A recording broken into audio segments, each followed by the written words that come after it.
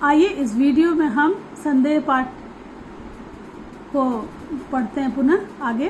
Page number 46।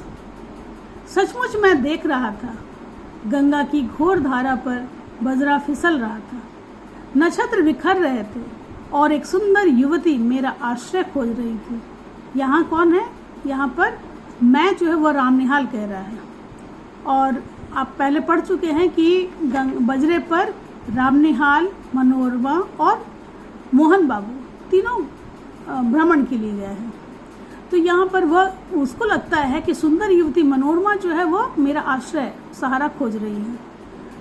अपनी सब लज्जा और अपमान देखकर वह दुर्वह संदेह भार से पीड़ित स्त्री जब कहती थी कि आप देखते हैं ना, तब मानो मुझसे प्रार्थना करती थी कि कुछ मत देखो, मेरा व्यंग उपहास देखने की वस्तु नहीं है ना। वह रामनिहाल से उसके पति जब उसे कहते हैं, उस पर संदेह करते हैं, तो वह रामनिहाल को कहती है कि आप देखते हैं ना, लेकिन वास्तव में उसके कहने का ये तात्पर्य है कि मेरी ओर मत देखो, ये सब कुछ मत देखो, क्योंकि मेरा जो व्यंग है, मैं हंसी की वस्तु नहीं हूँ। मैं चुप था। घाट पर बजरा लगा। फिर वह युवती मेरा हाथ पकड़कर पैड़ी पर से संभलती हुई उतरी। मैंने एक बार न जाने क्यों धृष्टता से मन में सोचा कि मैं धन्य हूँ। रामनिहाल जो है उसे लगता है कि मनोरमा उसकी ओर आकर्षित है, इसलिए वो मन में वह निर्लजता से सोचता है। जब उसका हाथ पकड़कर वह उतरती है नाव से, तो वो मन में निर्लजता से सोचता है कि ओह कितना धन्य है कि उसका सहारा लेकर उतर रही है। मोहन बाबू ऊपर चढ़ने लगे। मैं मनोरमा के पीछे पीछे था, अपने पर भारी बोझ डालकर धीरे धीरे सीढ़ियों पर चढ़ रहा था। उसने धीरे से मुझसे कहा, मनोरमा ने रामनिहाल से कहा, रामनिहाल जी, मेरी विपत्ति में आप सहायता न कीजिएगा। मैं अवाक था। वह अवाक इसलिए था कि उसे यह आशा ही नहीं थी, और मनोरमा वहाँ उससे सहायता मांग रही है, क्योंकि ये उसकी विपत्ति उसके पति संदेह से जो भरे हुए हैं, तो वो उसमें उसकी सहायता चाहती है, क्योंकि मनोरमा है रामनिहाल को एक समझदार व्यक्ति समझती है, इसलिए वह सहायता उसे चाहती है। श्यामा ने एक बार गहरी दृष्टि से रामनिहाल को देखा। वह चुप हो गया। श्यामा ने आगे भरे स्वर में कहा, आगे और कुछ भी है या बस? वो पूछती है कि और आगे क्या हुआ? रामनिहाल सिर झुकाकर कहा, हाँ और भी कुछ है। वह जानना चाहती कि इसके बाद क्या हुआ। तो वही कहो ना। रामनिहाल बताता है कि धीरे धीरे मुझे मालूम हुआ कि ब्रज किशोर बाबू यह चाहते हैं कि मोहनलाल अदालत से पागल मान लिए जाएं और ब्रज किशोर उनकी संपत्ति के प्रबंधक बना दिए जाएं, क्योंकि वे ही मोहनलाल के निकट के संबंधी थे। भगवान ना जाने इसमें, हाँ, धीरे धीरे मोहन बाबू को पता चल जाता है कि ब्रज किशोर को पागल अगर करार दिया जाए तो वे उनके सारी संपत्ति के प्रबंधक बना दिए जाएंगे। और ये बात है, रामनिहाल को पता चलता है कि उनके मालिक जिसके दफ्तर में वो काम करता है, वह वास्तव में बहुत स्वार्थी व्यक्ति है, जो अपने ही रिश्तेदार को पागल बनाने जाने के पक्ष में है। बोलता है कि किंतु संसार तो दूसरे को मूर्ख बनाने के व्यवसाय पर चल रहा है, क्योंकि संसार में सभी लोग अपने फायदे के लिए एक दूसरे को मूर्ख बनाते हैं। अब यहाँ पर ब्रज किशोर जो है वह मोहन बाबू के दफ्तर में कार्य करता है, लेकिन वह उनके कार्य को संभालता है, लेकिन अपने मालिक के मन में वो अपनी पत्नी के प्रति संदेह भर देता है, ताकि वो पागल हो जाए। मोहन अपने संदेह के कारण पूरा पागल बन गया है। तुम जो ये चिट्ठियों का बंडल देख रही हो, वह मनोरमा का है। मनोरमा पटना में रहती है और बनारस में ब्रज किशोर उनके दफ्तर को चलाता है, और रामनिहाल वही रहता है बनारस में।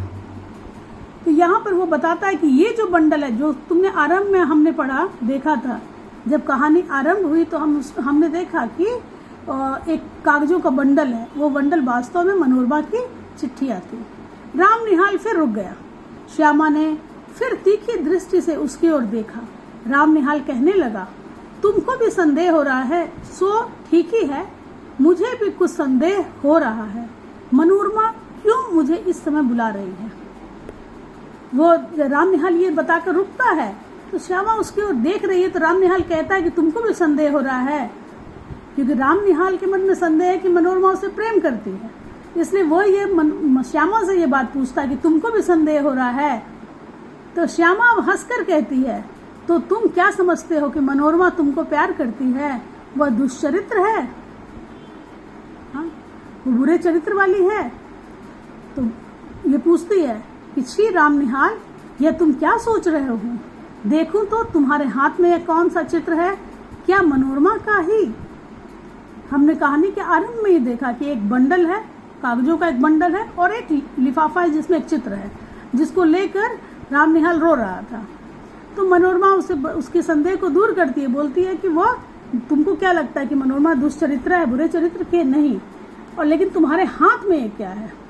कहते कहते श्यामा ने राम निहाल के हाथ से चित्र ले लिया। उसने आश्चर्य भरे स्वर में कहा, अरे यह तो मेरा ही है। तो क्या तुम उससे प्रेम करने का लड़कपन करते हो, बचपना करते हो? यह अच्छी फांसी लगी है तुमको। मनोरमा तुमको प्यार करती है, तुम मुझको प्यार करते हो। मन के विनोद के लिए तुमने अच्छा साधन जुटाया है, तभी कायरों की तरह यहाँ से बोरिया बंधना लेकर भागने की तैयारी कर ली है। वो उस पर आश्चर्य उसे होता है कि उसके हाथ में जो चित्र था वो चित्र वास्तव में श्यामा का था, जिसे वो देखकर रो रहा है। और ये जब श्यामा देखती है तो वह आश्चर्यचकित होती है और बोलती है कि ये तुम कैसा बचपना कर रहे हो, लड़कपन कर रहे हो, नादानी कर रहे हो। तुमने अपने मनोरंजन के लिए अच्छा साधन जुटा लिया है कि मनोरमा तुमको प्यार करती है और तुम मुझको प्यार करते हो। राम निहाल हत बुद्धि है ना, उसकी बुद्धि जो है वो काम नहीं कर रही है। अपराधी सा श्यामा को देखने लगा, जैसे उसे कहीं भागने की राह ना हो।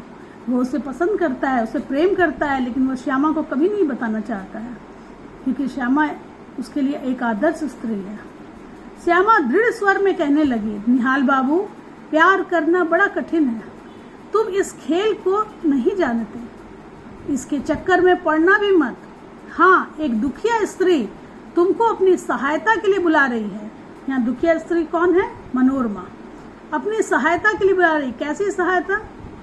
क्योंकि उसके संबंधी ब्रजकिशोर उसके पति को पागल बना रहे हैं, इसलिए वो अपनी इस विपत्ति में राम निहाल की सहायता चाहती है।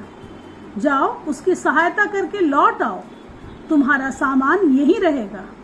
तुमको अभी यहीं रहना होगा, समझे? अभी तुमको मेरी संरक्षता की आवश्यकता है। उठो, नहा धो लो, जो ट्रेन मिले उससे पटना जाकर ब्रजकिशोर की चालाकियों से मनोरमा की रक्षा करो और फिर मेरे यहाँ चले आना। यह सब तुम्हारा भ्रम था, संदेह था।